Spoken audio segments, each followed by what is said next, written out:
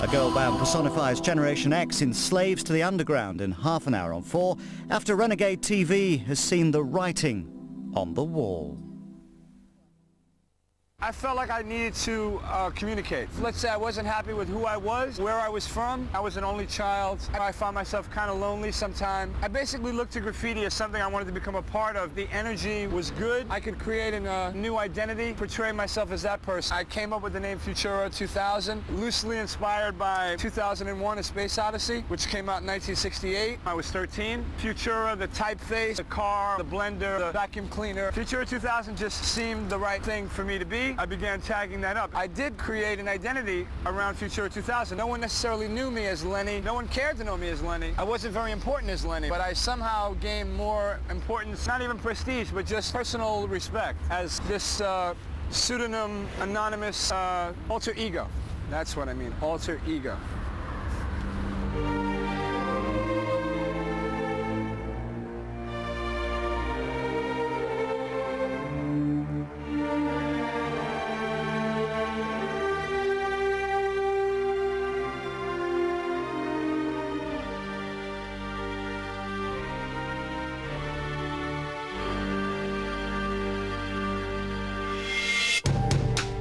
The tag is really short, sharp shock of who you are, and it's easier to get that around and get many of them around. So it's about coverage. The analogy of a dog pissing and marking his territory, in a sense, it's kind of true. I mean, you mark your territory and then you're happy to go back and check the scent. Every piece came from tagging. Like a piece is nothing more than a fat tag with outline and designs. Tagging's the lowest common denominator of piecing. Like a piece takes a few hours, like a tag takes a few seconds. But you should try and apply as much skill into your tag as you're going to do into a piece. It's in your mind, and sometimes 24 hours a day you're thinking of it, or doing something, or what can I do tonight, or what shall I make a piece, or shall we go out and bomb somewhere. It was just for fun, you know. Mostly not on any new kind of fresh wall. Except public transport. That's always possible. Always. It was looking every second of putting your name somewhere. And it's still fun to do it, you know. After all these years, it's still funny. That's so strange. I finished about 20,000 cans. And that's no bullshit. They're cleaning a lot nowadays, but I'm sure that in 2000 I'll still see some rhyme tags. I don't have any preferences or scruples, you know, like, I mean, like I love looking at buildings, you know, but that will not stop me if I had the chance to put a nice tag on one. That's stupid, like to make a tags on the shirt, or I prefer like go on the police station and make tag over there. For me, I take graffiti as an art, as an expressing of yourself. And when you do historical building, when you build something and it's beautiful, I think that's the same, you know, because you put something from you into it. We're in the midway between art form and totally vandalism. This is too human, this kind of stuff. The city, even before graffiti, Roma, it was crowded of names. Even if it's a political, you know, group, or even if it's his girlfriend name, there will be always a guy who would start drawing his name. 2 years ago, I went to London for Christmas, and I walked down Shaftesbury Avenue, and like 2 days later, like I walked through it and I see Dwayne tags and a few other local things. So now I know that some guy from Sweden passed through Shaftesbury Avenue between this and this date using this and this colour, and like where it's placed and how it's placed and how big it is or how it's shaped gives you an idea of the movements he had to do to make it, you know.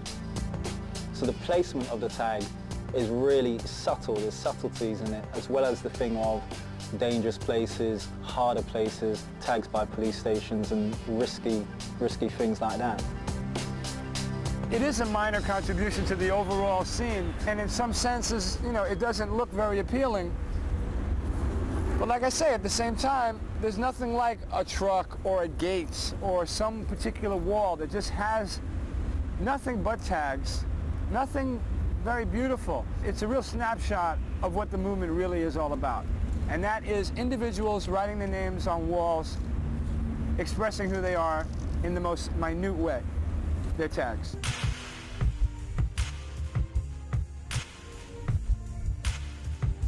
I wanted to be somebody, not to be a pop star or to be a big film star or to be anything big, but just a little somebody. I wouldn't be here if it wasn't for doing that. I would not have chased that fucking rainbow, do you know what I mean? You know, I was Goldie before the gold. I was painting, I was Goldie, I was going out there painting with walls, you know what I mean? I was getting known for painting.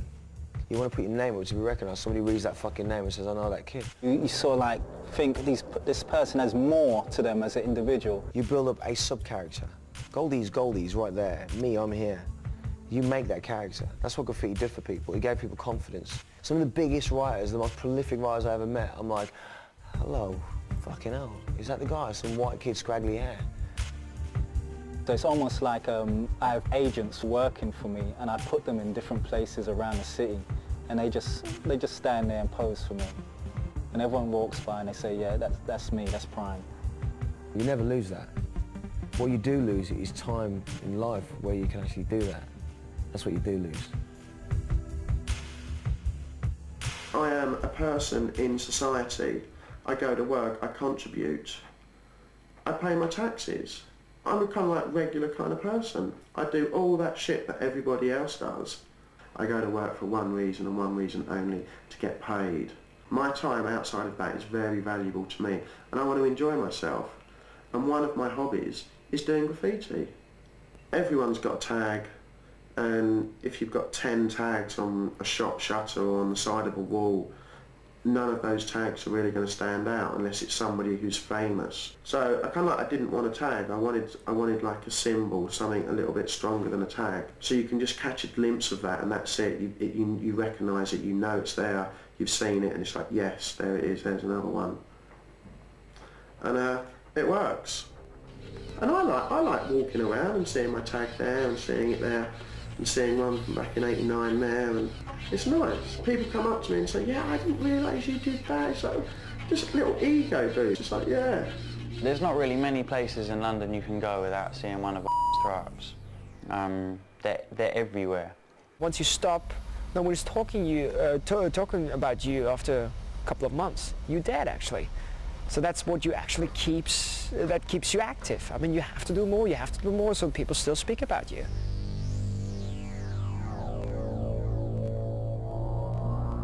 If you stop, you're forgotten. After a couple of years, you're forgotten unless you were special. Though I don't get fame, I don't get paid, I have to do it once in a while. I have an idea and I have to do it. I'm not feeling confident if I have an idea and I haven't done it. Because I'm always in fear. If I have an idea, someone might do it before me. I was never concerned about getting paid for it. All I wanted was the fame. I'll be honest with you, I don't have tons of money, you know, from it, and it was just an ego trip, a fame thing that, you know, hey, that's me. And during the course of time, what it did do is make a lot of people know me, and know of me, or maybe know me personally, or thereon. But it kept me busy. You know, that would be the answer. It kept me out of trouble. When I was on my own and I didn't have anything better to do, I could always have my pens and my paint to fall back on. I could sit in my house at 2 o'clock in the morning and say I'm going out for 4 hours. I didn't need to have company, I didn't need to have friends, I didn't need to have nothing. I just went out and done something that was instant satisfaction, free of charge. I was out there every single day without fail, tagging, bombing, whatever you want to call it, I was out there doing it. I used to get night buses to the far reaches of London, get off the night bus and walk home. 8, 9, 10 miles. I would walk home and I would absolutely write on everything that was in my way. As a young person, I was shy and I didn't really maybe communicate with other people on a great level. But as I became well known for graffiti, when I met people that maybe I may not have had a lot to say to in the past, I met them as Drax. They already knew kind of what I was all about, and that I was prolific and that I was a dedicated writer, and they had that element of respect for me. I don't want any fame, I don't want any exposure, but my name, the persona that I invented for myself in the graffiti world, I wanted that to be famous, and I still do yearn for that. The one thing about graffiti that I think that people lost along the way is a respect for it and fellow people doing it. Other writers that aren't as well known will go over a famous person to make a name for themselves. When you do stuff like that, you show no consideration for the guy who done the art. That's suckerness, you know? You're not getting nowhere by come writing your name in somebody's piece, you know? When you could be home practicing on paper what you're gonna do the next time when you get big, when you get old enough to do a piece. But the bottom line is, if you never have a writer who thinks he is nasty as the next man, then you ain't gonna have writing, because you always got somebody who wanna prove that they're as good as the next guy who's doing a piece. The spots I choose mostly are spots which are seen by many people, but that doesn't mean that I do them because of the people seeing them, because it's just because I myself pass those spots often. It fills most of my time which I am awake. I paint alone mostly, so I have the possibility to think. With every painting there are thoughts connected. I got used to just getting my cans on my own and just walk outside in the night, even if it's cold, if it's raining. Other people are just sitting at home and maybe watching TV, fucking their wives, just doing stuff that everybody does, and I'm able to express myself. I want to be known. In 100 years, only a couple of names will be remembered. I want to be one of them.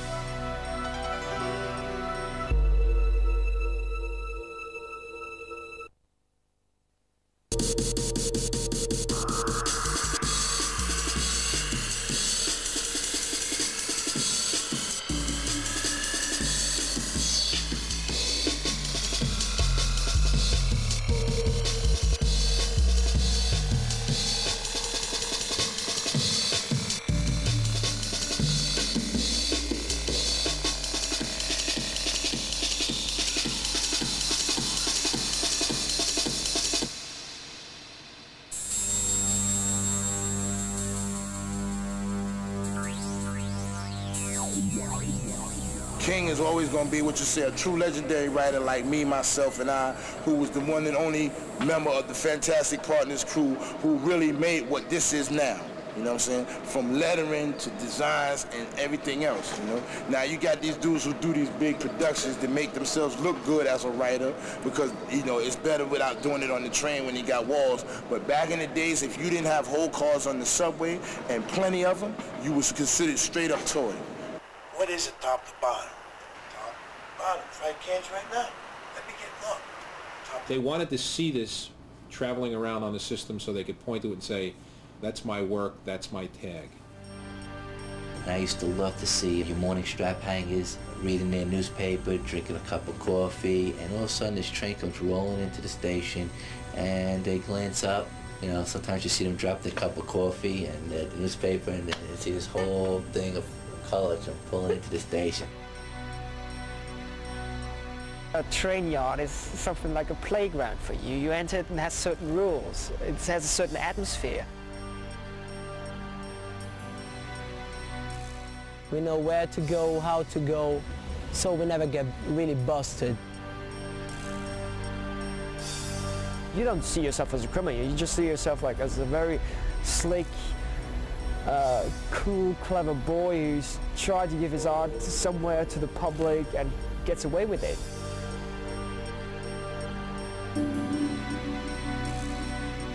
You know, like a fighter who wants to hunt a lion for the first time. You got to prove his maturity.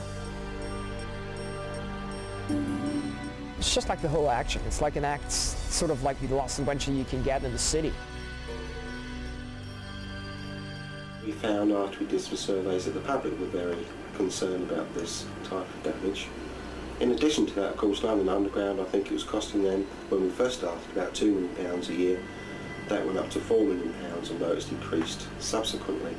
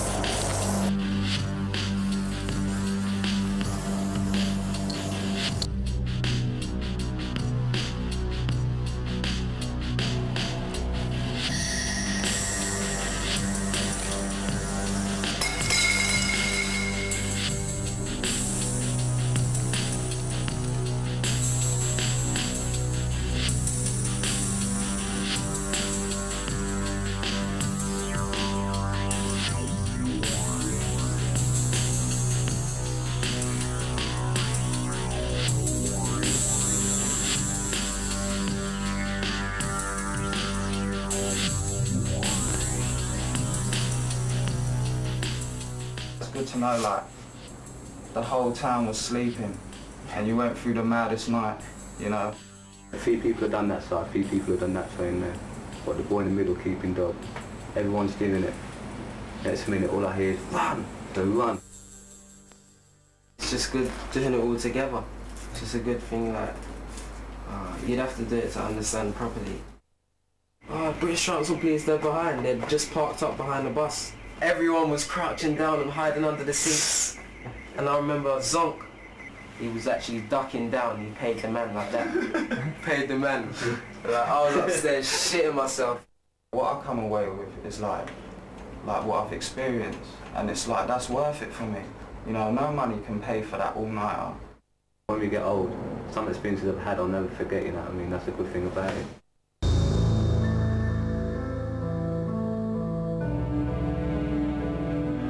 Males of a particular age group tend to form their own subcultures with their own identified norms and rules. They then gain credibility by obeying those subcultural norms and rules. Once the offender gets involved in the subculture, he is then put under enormous pressure by his peers to commit offences, or wants to impress his peers by committing lots of offences or dangerous offences. We've had 4 deaths on the underground system in 7 years. We don't want to see any more. There's a very, very small minority These are the ones that do the mural work, and they normally do it for self-actualisation. They do it because they like to see their own work on the trains. The taggers, I think they're in it for the fun, but it's fun that can do them an enormous amount of damage. I've been caught for criminal damage about 10 times. In total, I've done about 1.5 years in prison for graffiti on 2 separate occasions. Graffiti's always on my brain. I'm always doing outlines. In prison, I just practice and practice and practice. I send letters to my friends with outlines on. In a way, I feel stupid for going to prison for it because you go to prison for graffiti. If you've got a recidivist offender that's perhaps committed £100,000 worth of damage and continues to commit this type of offence, then we look towards detention, not for rehabilitation, but literally to control that individual. It's not stopping me. Prison doesn't stop me. I don't think anyone could stop me. My mum and dad can't stop me, so I don't see no one else is going to stop me. Gary started doing graffiti when he was about 12 years old.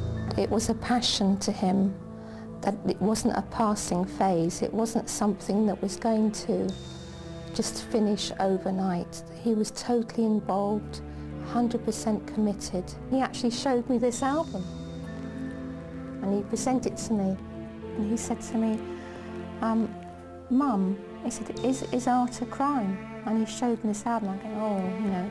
And then he proceeded to sort of take me through his album of artists and saying to me, I mean, what do you think of these? And I had to say, I said, well, I think they're brilliant. It did change him, but it was all a part of him growing up as well. I think he found something which made him in himself just feel really good and to be part of something. Steam, calm and raised left and they went off to paint a train, basically. They were spotted by the track men who started shouting and yelling at them. They started to run, they started to panic, like, let's get out of here, we don't want to be caught. So they started to run up the embankment, which was safety out of the yard. But when they were halfway up the embankment, 2 officers were running down, chased them onto the lines. Gary took it upon himself to run right out into the middle of the lines, and that he slipped and fell. All of us had fallen on the tracks. Most of us have had an electric shock at some time. And it wasn't until the next morning when his mum called me up and said that he had passed away that we knew, you know. The day that Gary was buried was a very, well, it was a very strange day. It was just like a writers' convention. I mean, so many of the writers came from all over, and it was respect. Sometimes when you're walking down a tunnel or you're climbing up into a yard or down into a yard, and at any moment you could slip and die, or you could get electrocuted, or a works train could come, you're obviously conscious that you could die, but it's not something you're thinking about. Graffiti for me gives me a very warm feeling. I like it, and I think the sad thing is that not many people actually do want to understand. They just see it as vandalism. At the end of the day, I lost my son through his art, and I miss him. I think about him every day. There's not a day that doesn't go by. And you just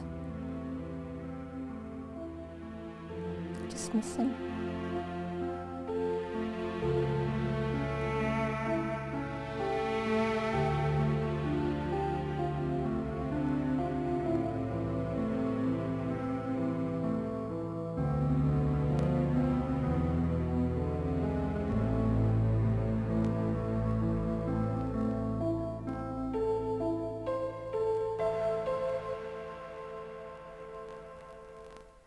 Next on 4's Renegade TV, the movie Slaves to the Underground explores sexual ambiguity and rebellion in suburban America.